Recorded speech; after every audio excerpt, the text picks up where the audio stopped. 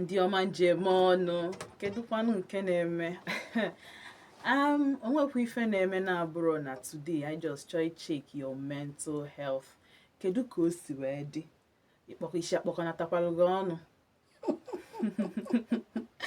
ka isi a na-eme gị vumvum vamvam vumvum ya ịnọrọ ebe a ta echi ịnọ the other place your brain dị everywhere all over the place ọ dị ya n'ofu ebe anya mere n'ụbọchị nke na nchetakwa otu obodo si wee dị nya otu Naijiria si wee dị na mmadụ kwesịrị ịgakọta n'ụzọ ifu ofu onye ara but afụgo m sofa na ndị Igbo be anyị bụ ndị na-anagide pain anyị bụ ndị na-anagide struggle anyị bụ strong people but then again onye mere anyị jiri kpọta Mrs. Joy Ene Executive Director Joy Oji Foundation for Hope and Development ọkwa ndị a bụ ndị anyị kwesịrị na-agbata nya ha nwabụzi ndị ndị ọya ọsọ chụba ga-egba na nke ha because ọkwa sọsọ ha anyị kwesịrị na-ege ntị right now because ihe abụọzi ọya dị ekwuzi okwu ego adịọzi anywhere ihe anyị na-ekwuzi maka our mental health kedu ka anyị si handle issues otu o si dị na Nigeria kịta apart from the economy, your family, your work, business, even your relationship.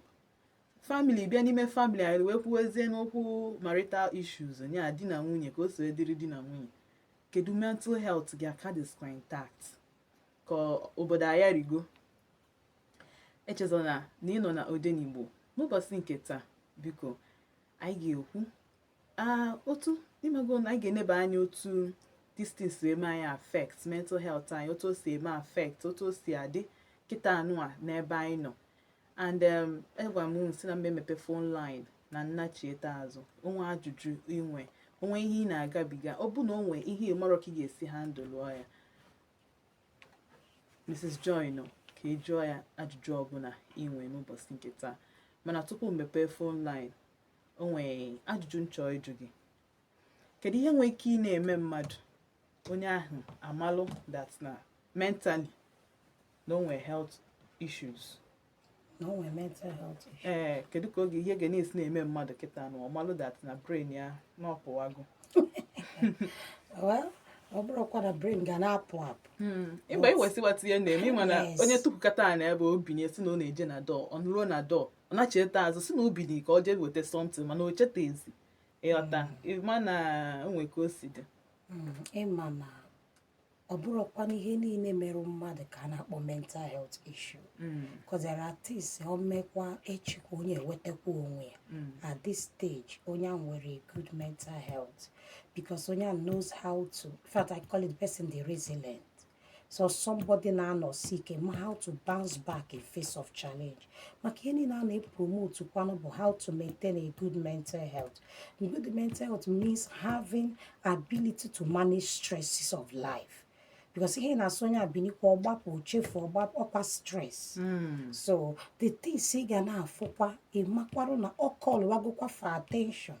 Number 1 ka na-akpọkwa nke m na-asịkwa oge ọbụla iwe oge ọbụla obi adịrọ gị mma ị na-achọ ka ị mara ebe o si sometimes ị marọkwa n'ebe o si ya ka na-akpọ ndị oyibo na-akpọ persistent sadness ọ dịka ọpụ ọ dịka ọbata ịgagodi TikTok chichakwa ọchị ịṅụsịkwa mmanya klekwa n'anya gị ihe na-ede a na-ede obidokwa ebe ọ kwụsị so ụdị ha mekete ịchọbakwanụ prọfeshọnal ị ga-asị nekwa ihe na-eme gị ọ bụrụ onye were onye ọlọ ọvọ si nekwa ghọtakwa m ihe na-eme bikos onye ọbụla mepere ọnụ kwupụta ka ọ dị ada awụkwa n'ike maka ka ị na-ekwupụta ka ị na-enweta enyemaka so ọnọta isi na-esokwu ya bụkwa ịnọkọtazie ọ dịka ụra apụọ gị n'anya n'abalị ya na-akpọkwa nke onwezie sleep issues sleep disorders ịbịazi ịrahụrụ ụra ya ekwe gị ụfọdụ bụzi erifewezie nri oke eating disorder so ma akwụsịzikwa iri maka enwe two types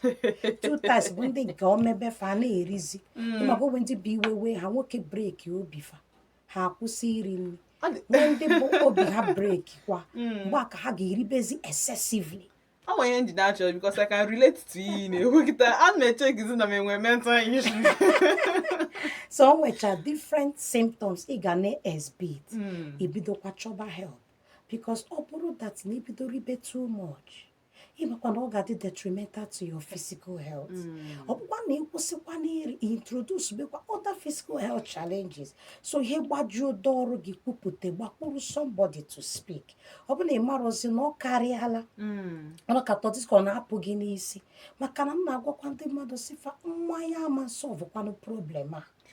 Ịṅụkwana ihe aṅụrụ aṅụ ama solve ya. Ihe ọ na-enye bụ just that particular time. Ya na akpọ just a minute or 1 hour 2 hours you are fine. Ihe ikwu na mmemme na-eche nsị ọ ya bụ na onye mere people ji adị addicted. Yes, men of Morning, the ways afternoon, people and night. cope. And we are coping mechanism. So this person na got through like it twice jum now. Ugo buni ahụ na-agbaka ya. Ọ mara what to do. This o wekwana ya na-aghọta ihe ọ na-agabiga. Ọ kọbakwa na akọbụ ụfọdụ amụọ ka situation ya. So ihe ọ ga-emezi bụ ọṅụbazie mmanya. Some of them ebido ṅụbazie ihe aṅụrụ aṅụ chọbazie friends. Some of them in the quest to get better. Ọ ga-akụziri somebody ga-asị ihe na-eme na-ede ebe niile. O ruo mgbede ya pụta ṅụjuo afọ. Onye a na-ese ihe asekwa ọ marọkwa ka health ya dị. So ịghọtaghị ihe a niile maka ọnya people na-eji addictions agbanarịcha ihe na-eme n'ụwa mana ọ bụrụ ya bụ the good way. Ọ bụrụ ya bụ the solution. Ọ bụrụ the solution because the addiction will even make the health more complicated. You understand? Okay, so is it safe to say that mental health can be healed? Mental health, let's use the way I think it can if the individual is intentional And and willing. depending on the level of the mental health issue. You understand? Because there's some level that has to deal with treatment where you be given medication and we come into talking therapy. We call it talk therapy, that's CBT. So at this stage, you are placed under medication and also you are involved. We are using talk therapy where anagwanonya hoku na send the simia where unwayo and I work on the person's thoughts and dotia. Mana afokwa no de maka during my own emeketa even depressant. Depressant okay induce so sleep. So that can na calm. So sometimes I will say kwa elaro se kwa bine ibido kwa ebe kwuse. So some people been say that particular time they just be smoking, drinking. That's why when I see people addicted, I don't actually in my life I don't even try it. Begin to question their behaviors. No, because you don't know what led them. Now more Maka ngesi manage problem. Obro no nyo zo Maka ngesi manage nke. Okay. All right. Ebe I can give me peripheral line. Sigi, opening were any question for Mrs. Joy, our Executive Director of Joy Oji Foundation of Hope and Development, JOFAD, or a certified mental health and addiction counselor. So she's a counselor, all the good in what she does, what to do, how to speak to you, ihe ọ ga-agba ọgwa gị kịta, ihe Ikwesiri ime ọgwa gị imekwa narịa otu o si wee si gị mee ya. Man, another thing bụ take instructions the way asị gị mee ya. Addiction a na-ekwe ndị mmadụ usoro instruction otu esi wee gwa gị mee ya. Mana ọ bụ na ije na nke dibịa na ọ sị gị ị na-atụ egwu mana counselor gwa gị what to do. Imewe mana ọ bụrụ so the issue is that ọ bụ na you're willing to listen and do it, please call. Because a lot of us, we are going through a lot. I am and deny here in Nigeria right now. So a lot of us now got through a lot. Whether it has something to do with money or the economy or family or anything, I now got through one thing. If I go and Maka, the doctor, the lady take it poison because of late marriage or nube di. So probably I'm working in her workplace and she has the money. I'm an oye with them working out of depression. But open all just speak to somebody, the right person. She okay didn't by now. So open and again at and you're going through something right now. Aside from having God, you need to have a guidance and counselor. And good friends.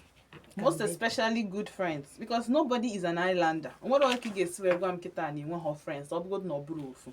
So ofu ahụ ma ibu ahụ kwesị inwe a positive thing to say to you now.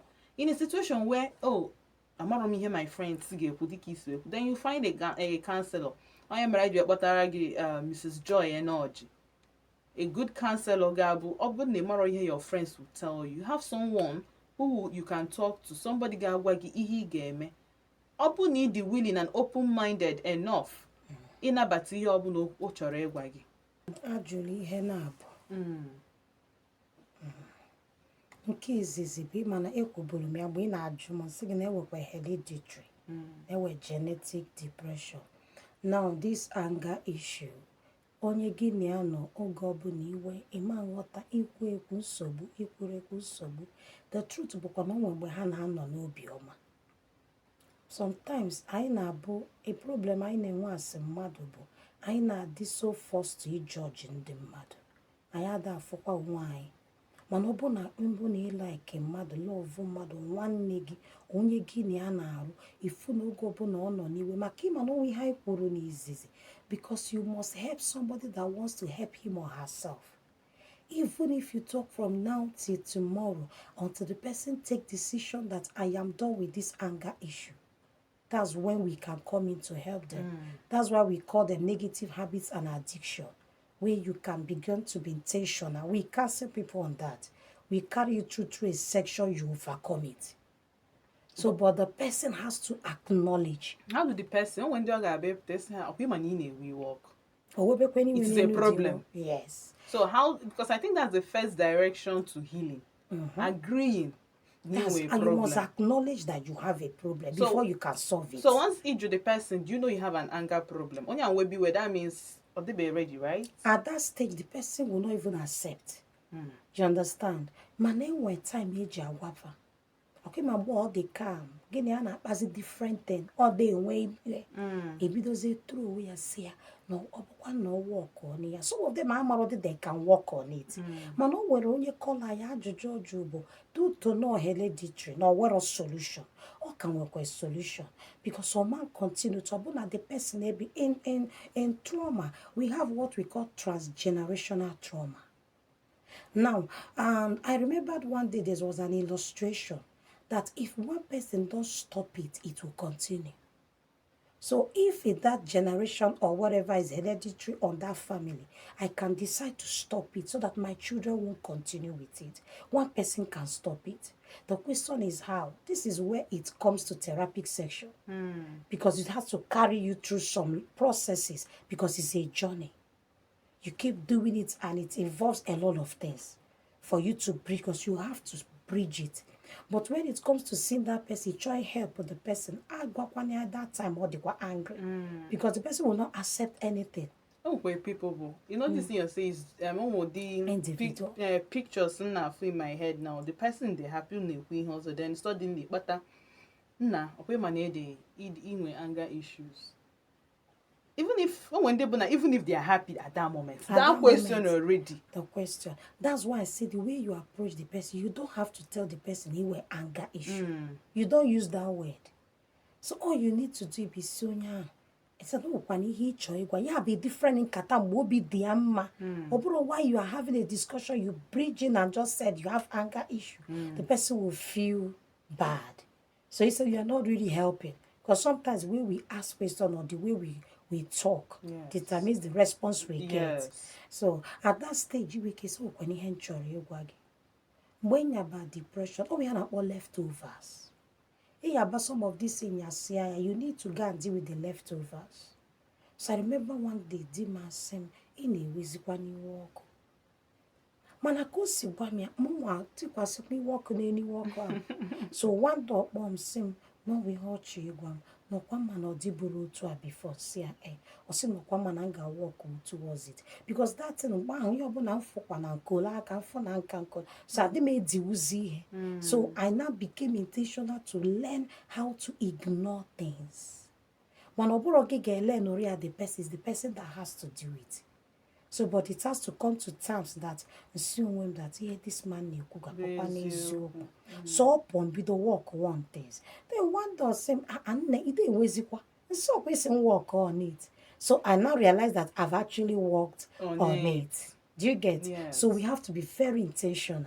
And the way we ask the question or throw that issue to them matters a lot. Right. So okay, but Jukwara second one was no face. That lady is going through psychological trauma because he's looking at the husband that just got married. At this stage, different marriage at all. then ị nọzi na ụlọ birizie as di na nwunye ya di na nwunye mana unu nọzi ka nwanne so the lady dịkwa traumatized mana marriage abụrụ na do or die affair. Ọ dị gị ka na nke nwoke adịghị traumatized? The okay, the traumatized, but that's not what he bargained for. The truth is that he married her for them to have that mutual relationship, enjoy themselves. That's not what they bargained for. But just like we say, life throws things to people, unforeseen circumstances. And the people, that's the way you respond to it that matters. So at that stage, this lady going through this, she need help. Because she needs to, these two people has to see a counselor. Yes. Has to see them, then begins to talk to the guy, talk to the lady. It's not something that solution, that can never be a solution. It can't. It can't. It can't. Come on. At the end of the day, they will separate. Yes. If care is not taken. A lot of things can lead you to forgetting things. One of it can be stress. And you're also having anxiety issue, chronic anxiety. Because that chronic... Okay. So a lot of things can lead it to Dika, but if you got Icheki here, so that persistent forgetting things like stress and anxiety, chronic anxiety can result to that. Because multitasking, you know, making it at the same time, a lot of things at the same time, which could lead to chronic stress. So stress can lead to this because also so you go the oral rush, she's scared. That's anxiety. In a stage like this, you need I think you need for counseling. That's the truth, because you need to see a counselor, you need to talk to us, because some of these things is not what we can stay on the radio station to talk about the full solution, because time adiro. Lack of sleep can lead the part to it. Obviously, that la whole of former. That's why this supana I have no stress. Obviously, that la whole of me in the daytime. The daytime or the day off or the call war. Because you didn't rest very well. And mental health issues such as we mentioned before, depression and that anxiety can lead to it. Deal with that thing. Only affects your daily activities. So in a situation like this, you can reach out to us, okay? You can reach out. Our last caller before whether or not they take drugs. No, the drugs I meant hard drugs, yes. Substance. Which you are not supposed to. Because they were talking about addiction. Yes. Some people are addicted to drug. That's the drug like cocaine. Some of the ladies are taking it. Yes. So that's our area. We see them. 60-year-old, they are on drug addictions. They're on drugs, cocaine. Even we even have marijuana, every one of them. So no side effect. So that's why as we started and say on drugs. The drugs I mean is not paracetamol. But no, so I meant hard drugs because it has side effects. Yes. So that's why we asked that question. Are you on drugs? Before we now know what to say. Yes. Our time maybe say I got more on when water with the adjudicator ijwe more on himself. I feel na when they been had the forgetful without drugs, right? Yeah. But those people can be like me. Honestly, when short-term memory. But obrozi for mdowe more brazo no mama echeta no na azu no kan do we water. And when short-term memory for some certain things. Ma choho because it's a decision. It's also normal. It depends. It's not bad. Because everybody can't have the same. Yes. Mrs. Joy and Ojibiko when he wiki igwa people out there. Ihe nwere ike ịgwa onye ọbụla bụ ihe na-eme na-edekwa ebe niile mana just like the last caller anyị kwu chetakwa na Chineke dịkwa mma as long as na ịdịkwa ndụ nke gị kakwa mma maka agbarụ gidigidi o nwekwa ndị dọ n'ozu kịta mgbe ọbụla ihe na-eme chetakwanụ na onwe onye ka mma ijisikwa ike cheta na onwe onye ka mma ọ gbajuo dọrọ okwerogo obubu chọwa kanselo because ọkaro mma na igburu onwe gị ọ na imere onwe gị ịṅụrụ poison ọ bụrụ ya bụ the solution. Always chetakwa na Chineke dịkwara gị mma ọ bụ na o nwere batụrụ ịgabiga before ifo na ịpụta na ya mgbe ọbụla ihe gbaju dọrọ gị chetakwara onwe gị ka isi wee gachakwa nke izizi pụta n'udo na God nka ga-anọnyekwara gị. So I will tell to everybody listening to me that no matter what you are going through, remember that one day it will be in the past if only you will hold on and keep believing. ọ bụrụ ịbụ somebody kwenyere na Chineke, jidesie Chineke ike. Bụrụ somebody ịpụtakwa ụtụtụ ikpe ekpere si ya nekwa ka ụbọchị dị ya nyere gị aka, ịnatakwa kenekwa ya na nke o mee. Bụkwarụ somebody na-amakwa egwu ị na-ege, na-amakwa ihe ị na-etinye uche, maka ịbụ na ị na-ege news oge ọbụla iri ị na-ege bụ bad news ọ ga na-emekwa gị affect. Sometimes isikwa na social media pụta. Another nke kakwa mkpa bụ ketekwa makwara ka ị ga-esi na-eme financial budgeting. Ọ bụrụzikwa mgbe eji eme anyhow na-aga for the need, ọ bụrụ want. Ọ bụzi ihe niile mmadụ fọ ka ọ na-ego kịta. Ịnọrụkwa wezikwa ebe competition na-ehelp mmadụ, so ịnọkwa na-elive kwa na-emekwa na nke karịa gị, mekwa nke ị ga-emewu. And in all things, remember that anyone nọkwa gị nso can be a counselor to you. Ị makwara mgbe ị ga-emepe ọnụ gwa nwunye gị, gwa nwanne gị, gwa ya na-ekwa ka o si akpa gị, maka ịmarakwa onye ga-abụ nwanne gị echi. Ịnụgo? So no matter what is going on, keep holding on. If you need help, seek for help and open up. Please don't lock up your feeling, and know that that too shall pass. No matter what is going on in the country, try to live below your means. Try to live below your means. Emezikwana competition. Onwerekwa onye a na-agbaru gidigidi. God bless you. At some point, echere m na m anọzi na church. Okwefu na cancel anyị na ọ ghọtara ife anya. Okwefu na ụmụ ife a na-alụ. All right, and because why holding on? Open up. All the very important. Open up ka ị ga-adị ndụ. Ma next time I ga concentrate on ụmụ nwoke. I feel na ụmụ nwoke na-aga through a lot more because na ha dị ekwu okwu. So ebe a ka m ga-abịa na njedebe si unu biko ka echi bụrụ ụbọchị ọzọ mụ na unu ga-anọkọ n'ụdị n'Igbo. Cheta na anyị na-anọ Monday to Friday from 4 wee ruo 6 o'clock. Tata ọ bụrụ ọsọ m nọ ya ka m gwakwa unu onye mụ na ya nọ again in case ọ bụla ichezago. Mrs. Joy Ene Oji, Certified Mental Health and Addiction Counselor, Executive Director of Joy Oji Foundation for Hope and Development, JOFAD. Ndewo. Line ị ga-eji wee nweta in case ọ bụla ị nwere a case 08061 42345 08061 42345 880. Ndewonu ka emesịa.